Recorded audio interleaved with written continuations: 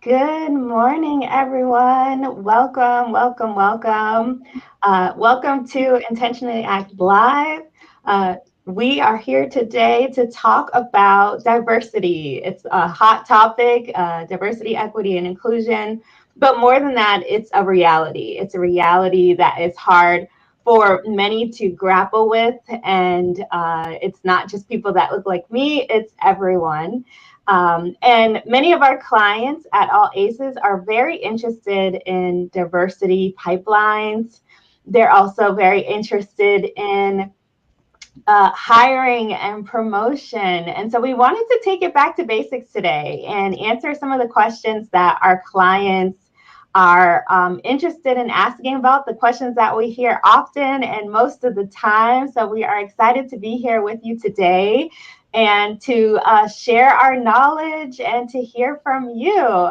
And so one of the questions we're going to be thinking about throughout this conversation is what common pitfalls do organizations fall into as they strive to include diversity? And before we jump right in and start the conversation, I wanted to take a few minutes to just say hello to our core team here from All Aces. Good morning, everyone. Hi, Janine. Good Morning, morning. Janine. All right.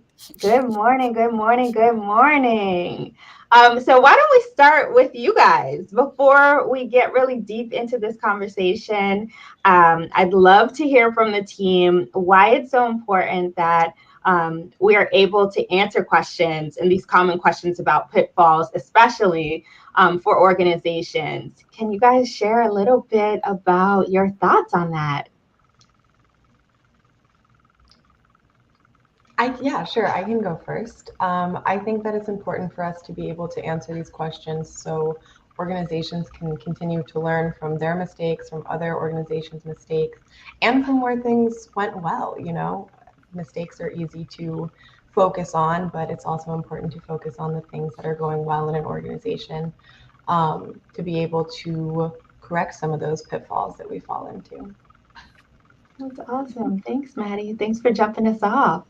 Anyone else have other thoughts about, when people are trying to increase that representation of underrepresented people in the organization or groups? What are some common pitfalls? Go ahead, Octavia. I see you ready to get in Jump right in. Yeah, I would say for me, it's the reason why this conversation is so important is just because I don't want the same things to be common when my daughter walks into her first job as she's progressing in her career. I want to see actual progress, and I really want to be a part of that change that really will allow her to go to work and just work without worrying about all the barriers and challenges that our generation face. And so these types of conversations are super important to me, and I just don't want to keep continuing to have this conversation. Yeah, I hear you. Definitely feel you on the parenting side. Want to see a different future for my kids as well. All right. Well, I'll start by asking a question to the audience. What challenges? Um, what challenges have you? What challenges have you encountered when trying to find candidates of diverse backgrounds to fill roles in your organization?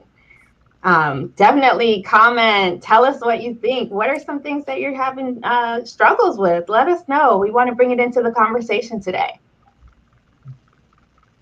While we wait for some of those answers and questions and challenges to roll in, why don't we get to know the All Aces team here? I'd love to learn more about what led you to All Aces. So, how did you end up here? What brought you here? Who wants to kick us off? I'll go ahead. I'll go ahead and kick us off. Thank you. I guess thank you for everyone for being here, for joining us. Maddie, Xavier, and Janine, it's a pleasure to be here, and welcome everybody that is watching and listening. So what led me to All Aces? Well, I was prior to here. I was working for an organization who really was kind of on the cusp of trying to change narratives through conversation, which is a different idea than what people typically think of. Because a lot of times people are like, oh, we have to do A, we have to do B. But a lot of times, just sitting down, having a conversation, getting to know somebody, and kind of know their background is something that's a little different. So I was there for almost a year, and when I left and came back to Pennsylvania, I had actually met Dr. Martin at one of the conferences that they had annually, and we kind of hit it off. And I got a card, and lo and behold, on LinkedIn, which is ironically probably my favorite social media these days, just because there's always something positive going on, which is a little different from the narrative that you see on some of the other platforms. And I just got to talking to her and really starting to understand how her values and what she found important aligned with my own. And it made me realize that, I wanted to help be a part of the solution to that change, to kind of go back to what Octavia was saying. I also too have kids, and the things that the pitfalls and the lack of opportunity that I did not have as I've been coming up through the workforce. I want to be able to have a hand in making sure that they get those opportunities to progress and be the best people that they can be. So, after talking with her and conversing with her, a position came available, and I applied, and I'm blessed to be here. And the joke between her and I is, I'm not leaving until you get rid of me. And she says, everybody here stuck with me for a little while. That's awesome. Thank you, Stephen. Thanks for sharing that. Octavia, would love to hear from you. I know you're one of the newer members of the team like me. So how'd you end up in this wonderful place? Yes, definitely wonderful place. So I in past roles led diversity, equity, inclusion work within organizations. Also did DEI work as a consultant, and I just became a little burned out and frustrated about the harm that I had seen, experienced when working with consultants, but also the harm that I was causing within institutions, especially to people of color, whenever I was doing this work. And so I was just looking for a different approach. I guess there has to be a different way in doing this type of work in a way that doesn't continue to harm people of color in the process. And so, looking around, I came across All Aces, looked at the website. I was like, oh my goodness, like this approach, it literally made sense. I valued the approach, the way that Dr. Martin framed the work, the values that she had around collective care. And it was very intentional. And so I applied and it was like, this is definitely the place where I want to be. The work resonates with me. I believe that we're doing the work in a way that takes care of those that are most impacted in the day to day, but also whenever we're engaging in this work. And so I was able to go through a really amazing interview experience and join the team. And I haven't regretted it a day since I've been here. That's awesome. Thank you. I definitely feel you on how the approach that All Aces uses is very unique. And I look forward to us digging into that a little bit more as we get into our conversation today. Maddie, I know you've been here a lot longer than Octavia and I. I'd love to hear how your journey brought you here. Thank you for asking, Janine.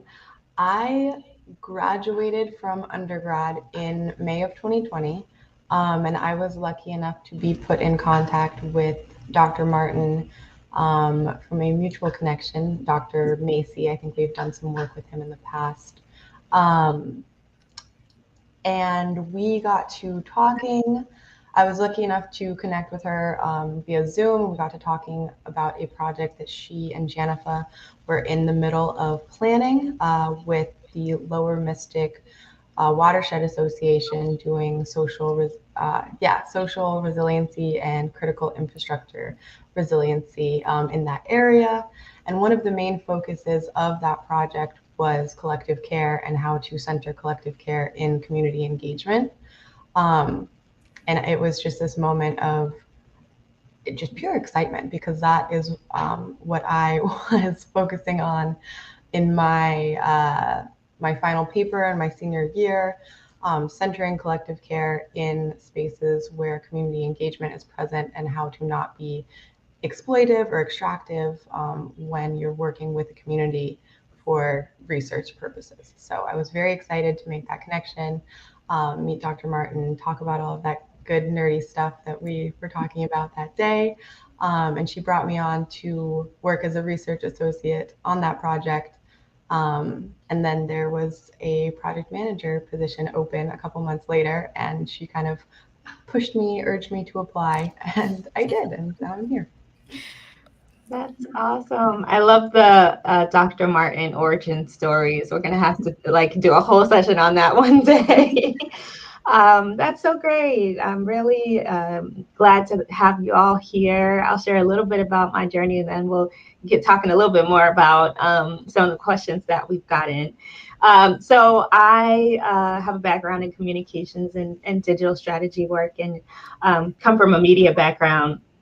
And I've always had some kind of role in whatever organization I worked in participating or being a part of like an ERG or some kind of diversity initiative or mentoring program. And I found that it was really hard to do this work from inside of the organization. It was really challenging to like be that person and still do the day-to-day work. And so I was looking for opportunities where equity would be at the center of everything that I did. I didn't want it to just be a part of some initiative or some piece of my job. I wanted it to be all of what I did. So every project that I looked for after that was focused with equity at the center.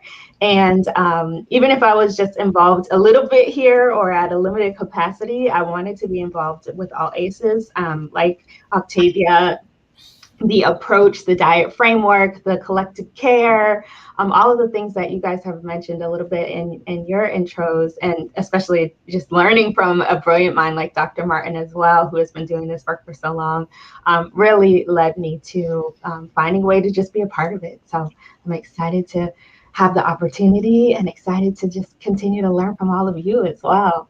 You guys all have great experience to share. All right, let's dig into some of these questions we got coming in. So thinking back on past work experiences, we talked a little bit about where we came from. If you can tell us how organizations operate different from the way that all ACEs operates or from the teaching and the learning that you've learned through helping our clients, what are some things that you've noticed that come to mind for you? Yeah, so I will start us off with one of the core values here at All Aces is the idea of collective care. And collective care, at its kind of elementary wording, is very simple. It's taking care of others as a collective. So everybody that works with All Aces, as the collective, we take care of each other individually and our individual needs. So prior to working here at All Aces, I worked in the retail environment. I was a manager at a cell phone store. And the thing that always stuck out to me, and it's crazy because I stayed in that type of environment for 10 years. It's like, I knew this wasn't okay, but I still stuck around because why? Who knows? Creature of habit. But the idea was always, how much money have you made for me today? What more can you bring to the table tomorrow? And the day after that, we're going to need you to double or triple what you did prior. And so there wasn't the space to take care of myself and other things that are, as Dr. Martin likes to say, life is real. There's stuff that just happens that you have no control over, but it still needs to be dealt with. And when you're constantly working long hours and you're not getting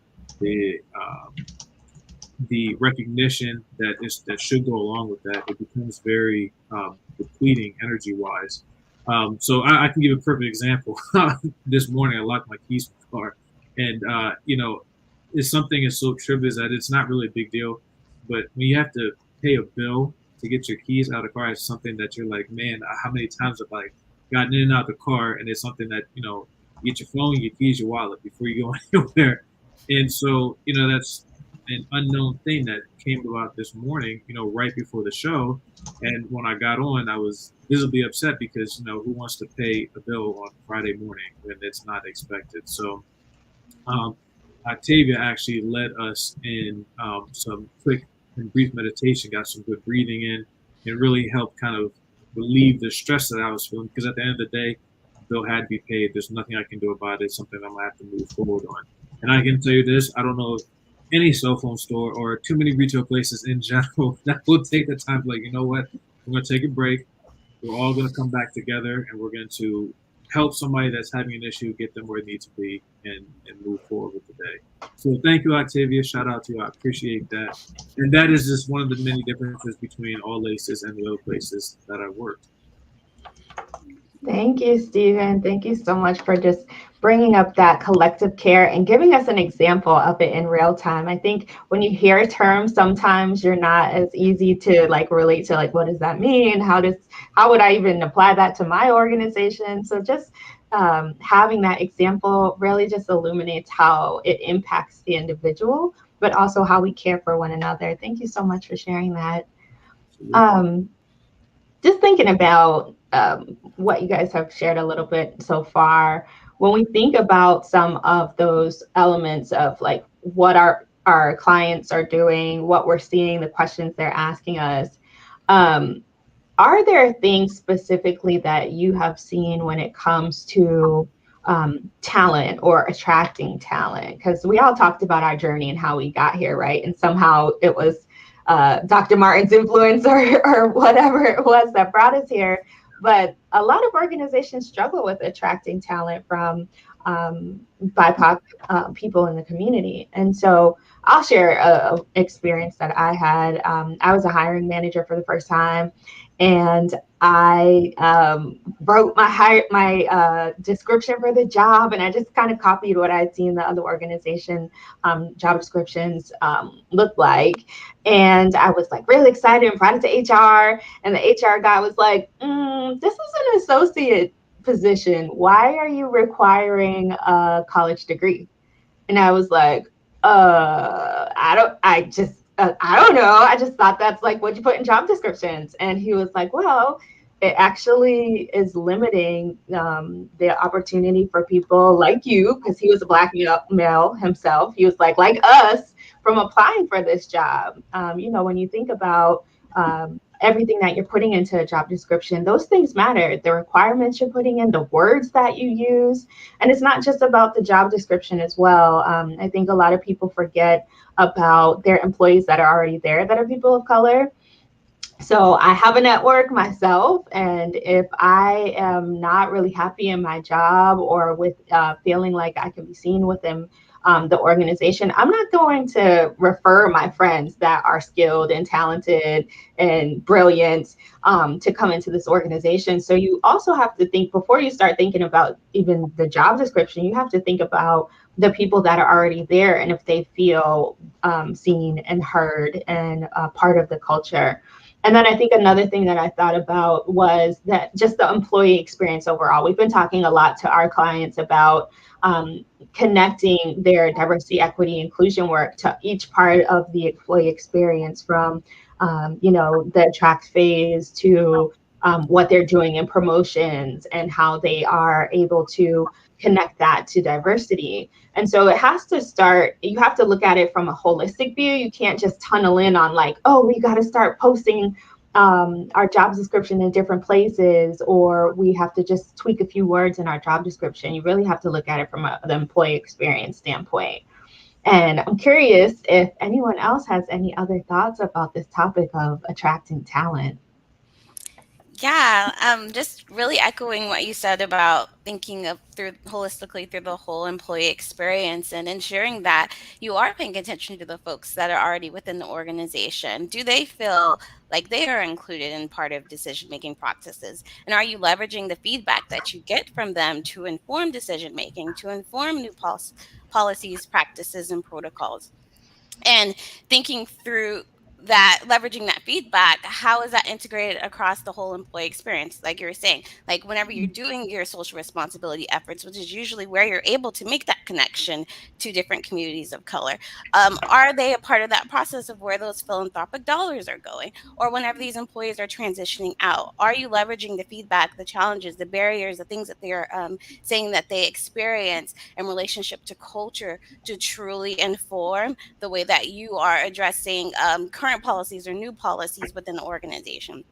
And so I think that's something that organizations tend to neglect. It's truly like they have such a value add within the organization already. Tapping into that resource to help inform these efforts going forward will truly help make sure that they are intentional and impactful in the way that they want them to be.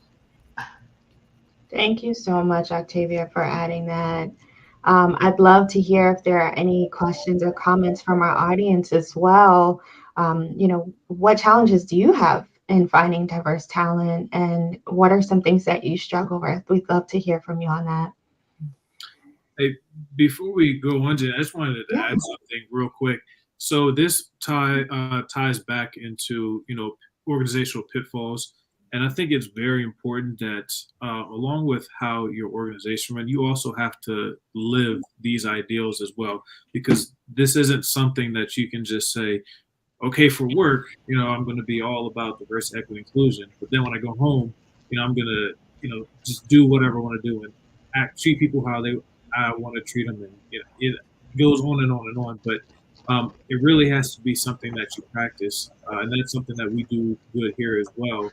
We always try to practice what we preach, and if there are ideals and values that we are trying to help organizations understand, we also must do the same thing here. And I think it really starts with really looking internally and saying, what changes do I, myself need to make before I try to go and, lead an organization in a certain way. Because at the end of the day, just because you have, a group of BIPOC people working for you does not necessarily mean that you understand the dynamics and depths of DEI work. So I think it's very important that he says you live it before you. I don't have anything to rhyme with that, but live it before you say it or whatever. Y'all know what I'm getting at. I love it. Great point, Stephen. I feel like in my experience, it's very obvious to the candidates who are either applying outside of the organization or maybe internally for a promotion. They can sense the authenticity. They can tell when something is not really going to be backed up by actions. So yeah, that's a great point, Stephen. Think also like about communication too. I think one of the things that often, like when I was looking for a job, was looking at their pages, like looking at their Twitter or their social media and seeing like what are they posting about? Are they posting about things that are happening in the world right now? Are they like showcasing that they have values that support diversity, equity, inclusion? Going to their pages and seeing like who is at their organization. Are there people that look like me there? Communication was a big part of it as well. Thank you all for adding your thoughts here. So while we keep the conversation moving forward, do you guys think when we've been talking to people about what they're doing and how hard it is, what are some of the principles that we've been talking to people about? Maybe principles that they're already doing around diversity, equity, inclusion. What are some things that really stand out to you? And Maddie, you started to talk about this as you were just kind of wrapping up the last question. Yeah, I guess I can keep going on. Why is it so hard, I guess, to add principles of diversity, equity, inclusion to the work? Well, I think it really goes back to the point that Stephen raised, where people or leadership in organizations want to incorporate this work, but they separate DEI work from the work that's already being done, or the work that's already happening in the organization, making it something that may be an extra burden or an extra pile of work on employees' plates, and not working to incorporate that into the day-to-day work. So again, I think it goes back to being mindful, being authentic, and really being passionate about this work, like Stephen said, in your workplace and then outside of your workplace, in your life. That's great. Thank you. Yeah, to add to what Maddie was saying, because we recently worked on a project together where we were just talking about, diversity, equity, inclusion should be the filter through which everything is done in an organization. Like, it's not, like she said, just set this a separate thing. Like, whenever you're developing a new program or a policy, like, think about who could this be negatively impacting, and it could be unintentionally. Like, whose voice is missing at the table if you Mhm. do see that, like, there's a historical context around this issue or this program or this policy. Are those voices at the table to ensure that they are able to influence how this program is being rolled out or how this policy is being framed, so that they are ensuring that there are equitable benefits? And so it's really about helping organizations see that diversity, equity, inclusion work is the filter which through everything that they do should be done. And if you start in that way, you'll be able to limit some of the harm that comes from creating inequitable or not inclusive environments or cultures. I love that. I think being intentional is so important. And just thinking about some of the work that we've seen, it works the best when it's not like you are doing this kind of as a checkbox, or you're kind of checking things off a list, and you're actually thinking about, how does this really ladder up to our goals? If we have a goal, for example, a hiring goal for this year, how are we thinking about diversity in our hiring practices? It should be really like looking at your goals across the organization. And if you're coming up with a diversity, equity, inclusion action plan, that action plan should ladder up to each one of those goals. There should be something in each one of your goals that talks about diversity, that connects to diversity. It can't just be like some other thing that's off to the side. Yeah. Those are all great. And I think one thing I want to add is, I think sometimes people think that when you're going to make your organization racially equitable, it's hard work. And I think sometimes like that point is missed. This isn't something that's going to happen, I would say in 6 months to a year, because the foundation has already been set, and that is centuries of inequities that you don't just say, you know what, we'll pour some soap and water on it, we'll wash it, and it's going to be good. Like, you have to go in, you have to break some stuff down, and you have to physically rebuild it. And I think sometimes once folks get into the weeds and get into the thick of things, they're like, wow, we've made this progress, but my goodness, like there's there's so much more left to do. And I think that sometimes that can be a detractor, because the time, work, and effort that goes into it, into being hitting the goals that they want, is not something that's just going to come right away. So it's hard work. You roll up your sleeves and you get to it. That's such a good point. Octavia, it looked like you were going to add to that. Yeah, and I was going to say that's such the beauty of the All Aces approach, and really helping organizations walk through what Stephen was saying, but in a very intentional way. So the diet framework, like, how is diverse, equity, inclusion showing up in your strategic direction, in your structure and processes? When you're thinking about knowledge building and sharing, like, how decision making, how is diverse, equity, inclusion showing up at all these levels? And when you go through a process with us, you're getting an organizational assessment that's very comprehensive. You're getting like focus groups, you're getting interviews. We're looking at the culture of the organization before we even think about creating recommendations around how you can start to integrate these practices and policies. We help create an assessment report that speaks to all the different things that you can do. Yes, it's going to take time and it's going to be hard, but I think the beauty of the All Aces approach is being able to support organizations in thinking through all those different layers of the work. I love that. Thank you for bringing in the diet framework. That's definitely something that sets our team apart from how some other organizations and consultant organizations are working with their clients. We walk you through that process step by step, right? You don't just try to eat the whole elephant. You take it piece by piece. You look at it strategically. You look at the data, qualitative, quantitative. You have those conversations. You let people be heard. And you have to take this step by step. And I love what you said, Stephen, about like rolling up your sleeves. This is work. It's a journey. It's not a sprint. It's a marathon. You have to, get ready and prepare yourself in different ways for each part of the journey. You have to be compassionate and empathetic with yourself and with each other as an organization. You know, that people are at different stages of their learning and of their journey as individuals. So you also have to think about that collective care that we talked about earlier. You have to bring that into this work and understand that, like, there may be times where people are offended or frustrated or upset or sharing something really deep and traumatic.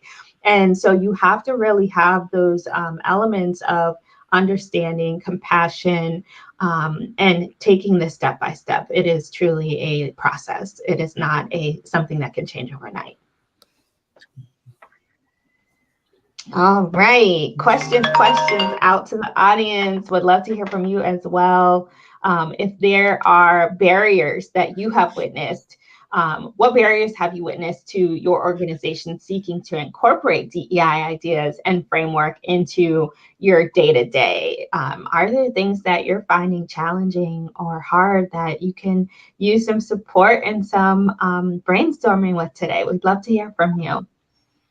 I know one thing that we hear a lot when it comes to barriers from clients, this idea of, we're very busy, we're so busy, we have so much to do, like we can't add another thing.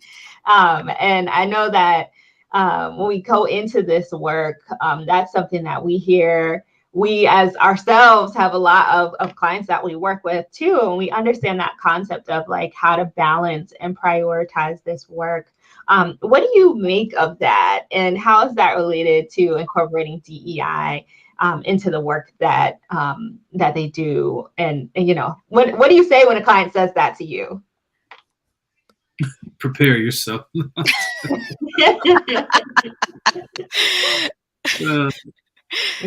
Yeah. So I think that's kind of where it starts there, because you have to be open and honest with yourself and take a hard look at internally and say, you know what, I might not have been doing as good a job as I thought, and that takes brutal honesty, and just being real with yourself, and that's okay, because at the end of the day, we're all human, we're all going to make mistakes, but being able to look internally and say, you know what, I've been doing this the wrong way, but I'm now going to make this change. And then on top of that, now you have to look and tell your colleagues, hey, we have not been going this. So like as a collective, now we all have to kind of do this, this 180 and do things a little bit differently, kind of getting everybody to get on board, to go along with that, is very hard. But I think that's kind of where the work starts. If they can accept that, it makes the transition just a little bit smoother. And I love how Stephen brought up humanity, and that's something that really attracted me to All Aces, is the fact that we really value and see the humanity in everyone engaging in this work. And I think that's a reminder for whenever I hear folks say, oh, I'm so busy and this is extra. I'm like, well, like thinking about how to include people that look like me, thinking about how to make equitable opportunities, thinking about creating an environment that makes me feel welcome is too much. You're too busy to do that. And I think it's just a reminder of the humanity of everybody in the space. And another thing that's so beautiful about the approach that Dr. Martin crafted to the work that we do. And I think like the dignity activity is such a great experience, and a way to kind of see that, because it is that immersive experience where we're able to truly see, understand, and experience what oppression feels like on a day-to-day for folks who are of underrepresented and underestimated groups. I think people tend to forget about that extra burden that BIPOC people have as they're going into the workspace every day. Just thinking about how they're moving into space. We did an Intentionally Act Live a couple of weeks ago where we were talking about male leaders, and we were talking about how they have to have an extra sense of emotional intelligence to be able to just go into the room, know how to pull back, know how to pull up, shifting, code switching, all of those things. That emotional burden is there. And if as an organization you're not thinking about the humanity, like you said, Octavia, of your Black and Brown people, of your people that are underrepresented, then you're not really thinking about the future of your organization.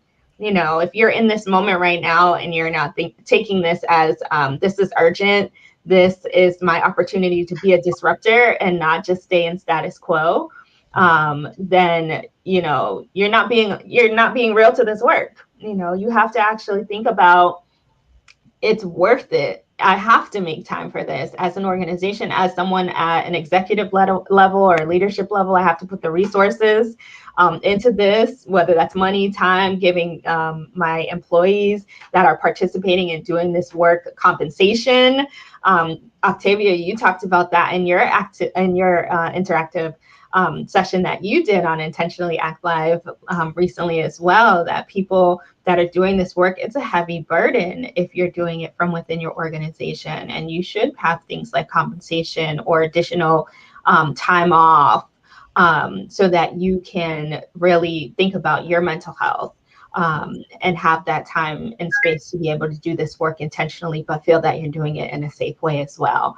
So I think when people are like, we're so busy, we have so much going on, this is like a lot of work. Yes, it is. Like Stephen said, roll up your sleeves. If you are being authentic and you want to make change and be a disruptor and create a different type of organization going forward, then you got to figure out how to make the time. Are there other things that organizations can do to prepare for working and engaging with a third party like a consultant around this work? We've talked a little bit about that. I know, Octavia, you've had experiences. I've had experiences doing this work from the inside and not having a consultant and knowing the harm that it does there as well. I'm curious to know if we can just help people be prepared for going into this work with a consultant. What advice would you give them?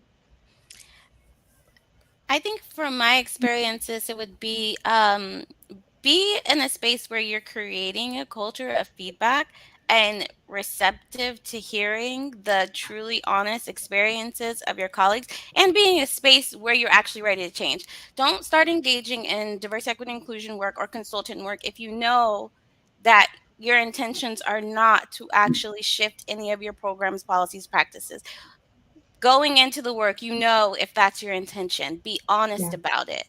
Don't give the false hope or this false conception that you're going to bring in this consultant and they're going to help change the whole organization. No, they're able to provide some expertise, some guidance, some recommendations. They can tell you what's really happening in your organization, but you have to be ready to listen and you have to be ready to act, meaning you need to have the resources, a budget, to be able to do some of the strategic initiatives that are coming. You need to hire someone to help guide, lead, and ensure that there's some accountability measures. And you need to also ensure that your whole executive leadership team is a part of the process.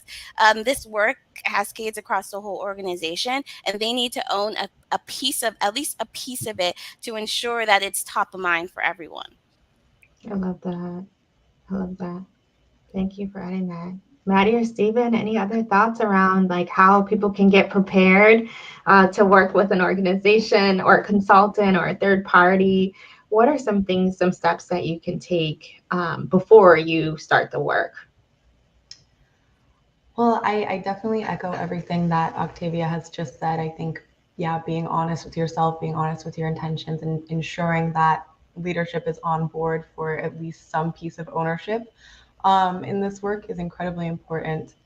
Um, I also think one thing, a bit of a pivot, I'm sorry, but one Go thing for that sets all ACEs apart from your, everyday consultant is that we consider ourselves applied learning partners. And I have been in a couple spaces with clients where the question has been, we've gone through some of our organizational reports, maybe some of our workshops, specifically the visioning workshop, where we really hone in on the goals and the mission and vision of a certain organization, and what to prioritize first, maybe taking some of the low-hanging fruit and making strides and getting buy-in and making sure that people feel heard and listened to in this work.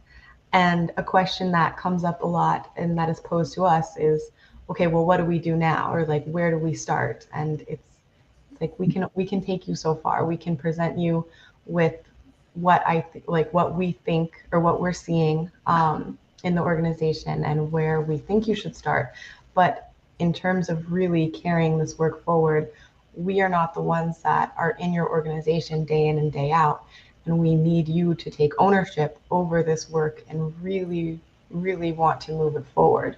We can come in and tell you everything that we know and give you all of our expertise, but at the end of the day, it is on your shoulders to carry this forward. And I think that's something that All Aces really focuses on in our approach, is making sure that our clients have the tools that they need to carry this work forward instead of needing our hands to help to be guiding them along and holding their hands.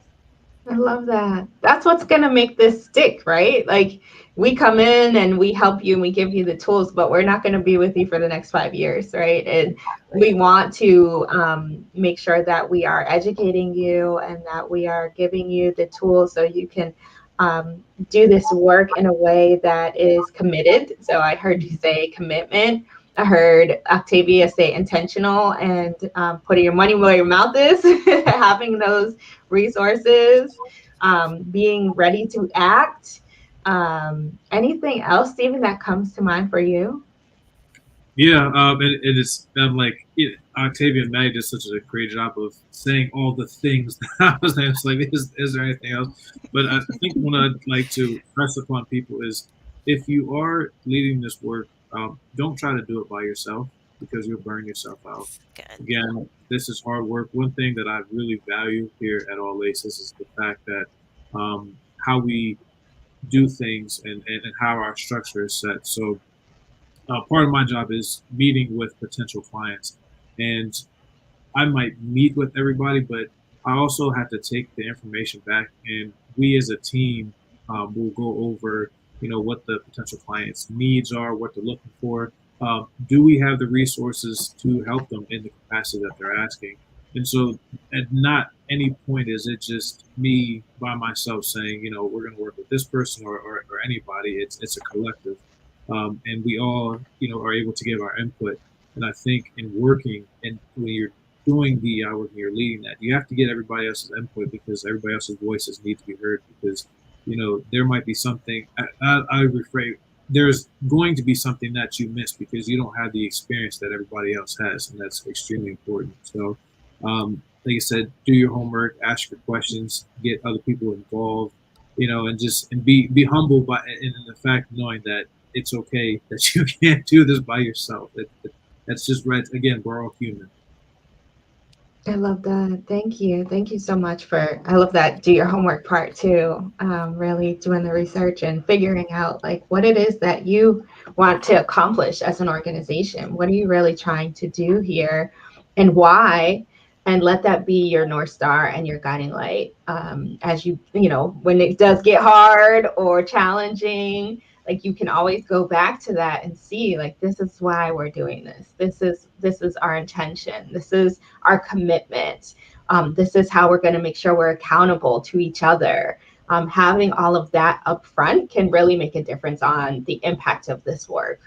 And communicating. I'm always like talking about communication, but communicating to the whole organization that you're doing the work, why you're doing it, what your intentions are, like having that conversation up front and making sure that people can come and ask their questions, that they can provide their feedback when it comes to what they're expecting from this process is key as well. Awesome. Thank y'all for sharing all of that. As we're thinking about the work that we're doing, right? Like we have a lot of clients that we work with, and there are times where we ourselves can get stressed out, especially when we're thinking about all the things that we have on our plates as well. What are your strategies on staying accountable to your commitment to advancing racial equity?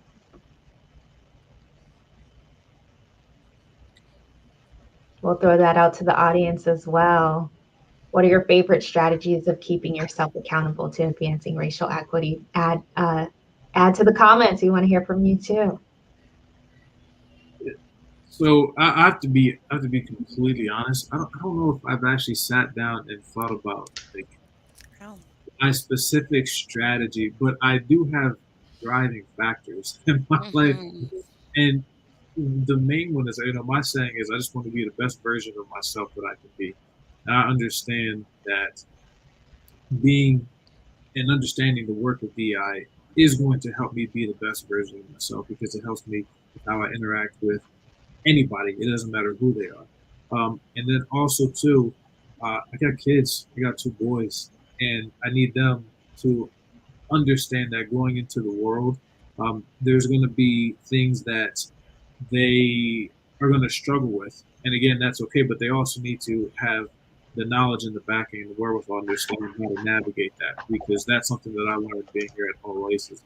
Because a lot of there's a misconception that if you are a BIPOC person, you know how to deal with the stuff that comes before you. I promise you that's not true because I struggle with that because we all have a very innate reaction to just sometimes just act out, whatever it is, and learning how to deal with that and find a different way and find a different path is very important. So like I said, I would say those are my two driving forces as to why I want to get better in this work. Yeah, I love that. Thank you for sharing that, Stephen. I think I definitely can relate. I also have two brown boys, and what kind of motivates me and keeps me committed to it is the fact that I don't want them to have to grow up and go into an organization and feel some of the things that I felt. I want their voice to be heard in a conference room. I don't want them to feel like they have to hold back their ideas because they don't think they'll be received. I don't want them to not get hired for a job because their name or because when they show up as themselves, whether that be with locks in their hair or a short haircut or whatever the case may be. I want it to be very different for them, and that definitely keeps me committed, no matter how hard it gets or how stressed out I may be. I guess for me to add to the conversation, I kind of adopted. I think it's like the medical like motto or something, like "do no harm." And so that's just kind of what I try to live by. I know what harm feels like. Mhm. And I don't want to put that on anybody. And so in any space that I'm interacting in, and even if I'm experiencing some type of micro or macro aggression, not reacting in a way that causes harm, Mhm. because it's so important for me to not only, as Stephen was said, continue on my journey of becoming the best person that I can be, but to also not inflict pain and harm just because someone inflicted it on me, because that also impacts their journey. And so Mhm. just that's kind of my strategy and the model that I live by in this space. I love that. Being really conscious. Yeah. Mhm. Maddie, what about you? Do you have other strategies? I think my strategy does go back to collective care and self care in a way. I think that in my understanding and the ways that I practice collective care, I have to make sure that I'm caring for myself first and making Mhm. sure that I have enough within me to give to someone else. So whether Mhm. that looks It's like, good. going for a nice walk in nature. I love nature. I love being in the sun and seeing plants and, doing that whole thing. So whether it's going for a walk in nature or doing some exercise, maybe some meditation like we did this morning with Octavia, or some yoga, or just making sure that my cup is filled before I can give someone else something. Um, yeah. It's good. That's so important. Octavia, were you going to add to that? No, I was just saying that's so good. Like something that I struggled with for so long, especially in doing this work. And I think a lot of DEI practitioners probably struggle too. You give out, you pour out because it's this work is so important.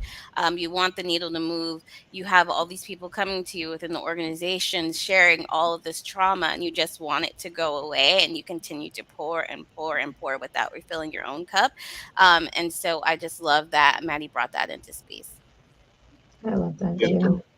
I learned that the hard way last year. Yeah, everyone laughs. We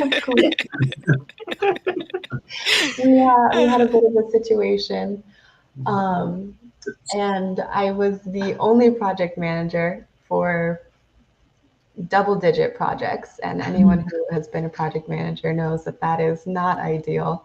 But I am very grateful that Stephen stepped in and stepped up to help with a lot of that workload. So thank you, Stephen. But yeah, like Octavia said, I was just pouring and pouring, and I had nothing left in my cup. I had negative in my cup, if that was even possible. And it got to a point where I was just like, I can't do this. I'm 22 and I feel terrible every day. And this is really hard. So I learned very quickly that I need to make sure that I got myself before I can do anything for anyone else. Self-care is so important. And I think as I've been doing this work, but also just as I get older, as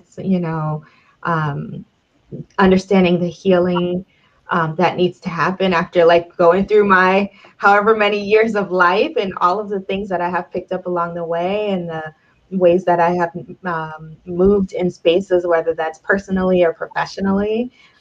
It's good to have that idea of reflection and understanding the lessons that you're learning and also understanding how to apply those differently and to change how you move in your life, in your environments, whether that's work or home is important as well, but taking time to have some healing.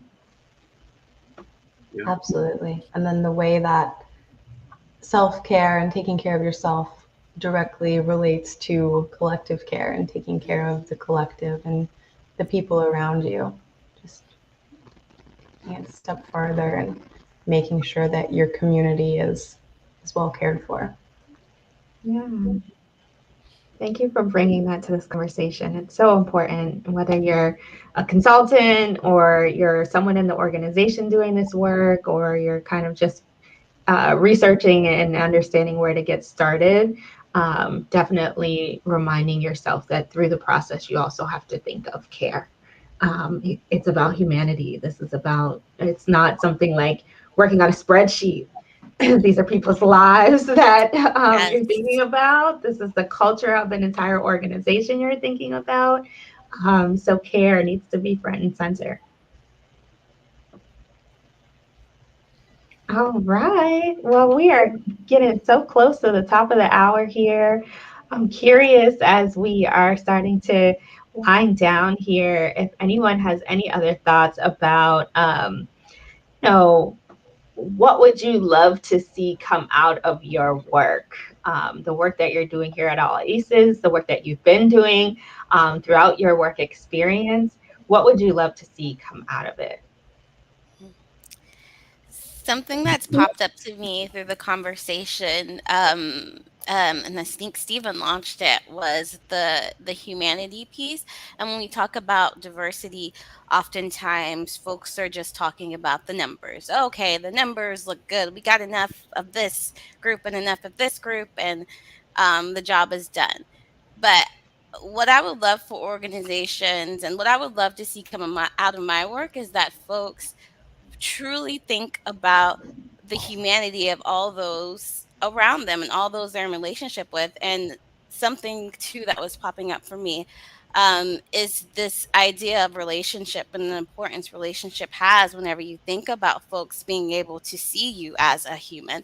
And even within our diet framework at All Aces, relationships is a core equity opportunity. Are you taking the time to build relationships across differences? And so what I would love to see come out of my work is creating spaces where folks are able to create um, develop some really true, long lasting, deep relationships that help folks see the humanity of all those around them, that will help also inform policy practices and procedures moving forward. Yeah, Thank you, Atyia.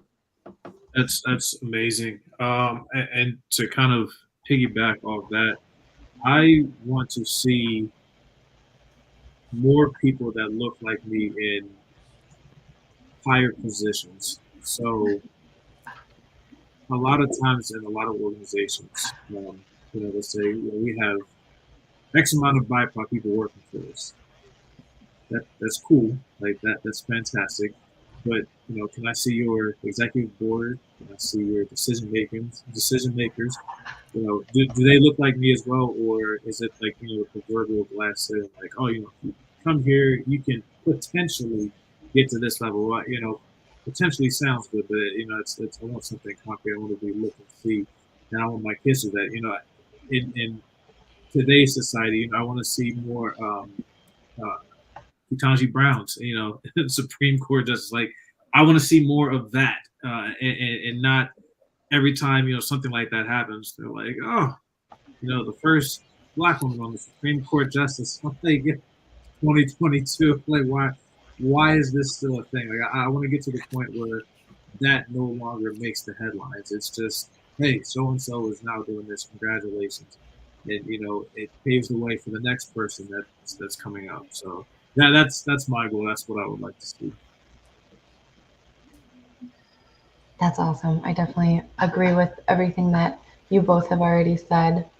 Um, but I think what I would like to see come out of this work is something that Octavia actually already said a little bit earlier, but using equity as the filter in which you think about everything and every decision is made in the filter of diversity, inclusion, and equity work. I think that just not having to think, well, let me backtrack. Definitely having to think, how is this impacting everyone around me, not just centering yourself, but really just thinking about the community, your collective, and ensuring that everyone is happy and feels welcome, and you have the actions to back up your words that are in your mission statement or in your vision and your goals, that it happens. Yeah, echoing everything that you both have already said. I love that. You guys have all hit on so many great points. I think just echoing, but and adding, embracing your own culture.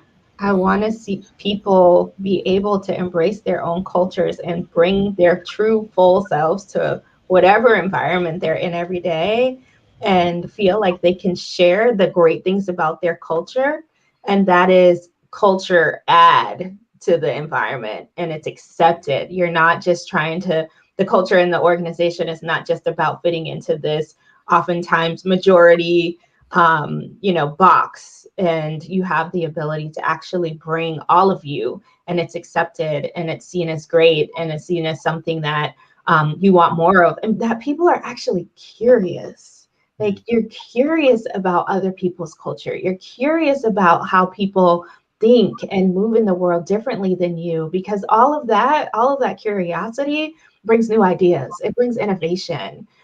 So really moving away from like a monolithic, we all have to fit in this box type of culture within an organization, and embracing everyone's differences.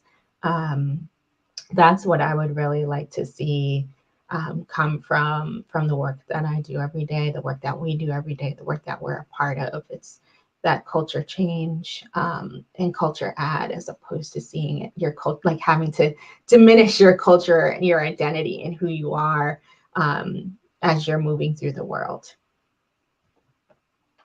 That's awesome. Thank you for that, Janine. I see Maddie already said, but I love that as well. Well, I have had so much fun chatting with y'all today. I hope that our audience has also gained some really great knowledge and something they can take back with them to their organization, to their work, to their lives, and ideas that they might have on how to implement some of these things into their own organization. Definitely continue to be vocal and continue to work and be encouraged. And we're here to keep encouraging you. If you want to learn more about Intentionally Act Live, we're here often speaking with other guests. Would love to see you here on another show in the future. Definitely follow us on social media. We've got our information popping up on the screen right now. We want to connect with you. So look out for all aces. Connect with us. We want to hear from you. We want to help. And before we go, shout out to my grandmother Juliet Jones. She said she was going to watch. I know you're there. Yay! Shout out to the grandma. Hey, Grandma. Hey, grandma. Ah. Thank you, everyone. We hope you Thank you. enjoyed this conversation and you'll be back for us next time. We look forward to hearing from you and be blessed and have a great weekend and hope you get out wherever you are and get into some of that nature that Maddie was talking about. Thank you, everyone. Bye, everyone. Bye, all. See you later. Bye. Next meeting.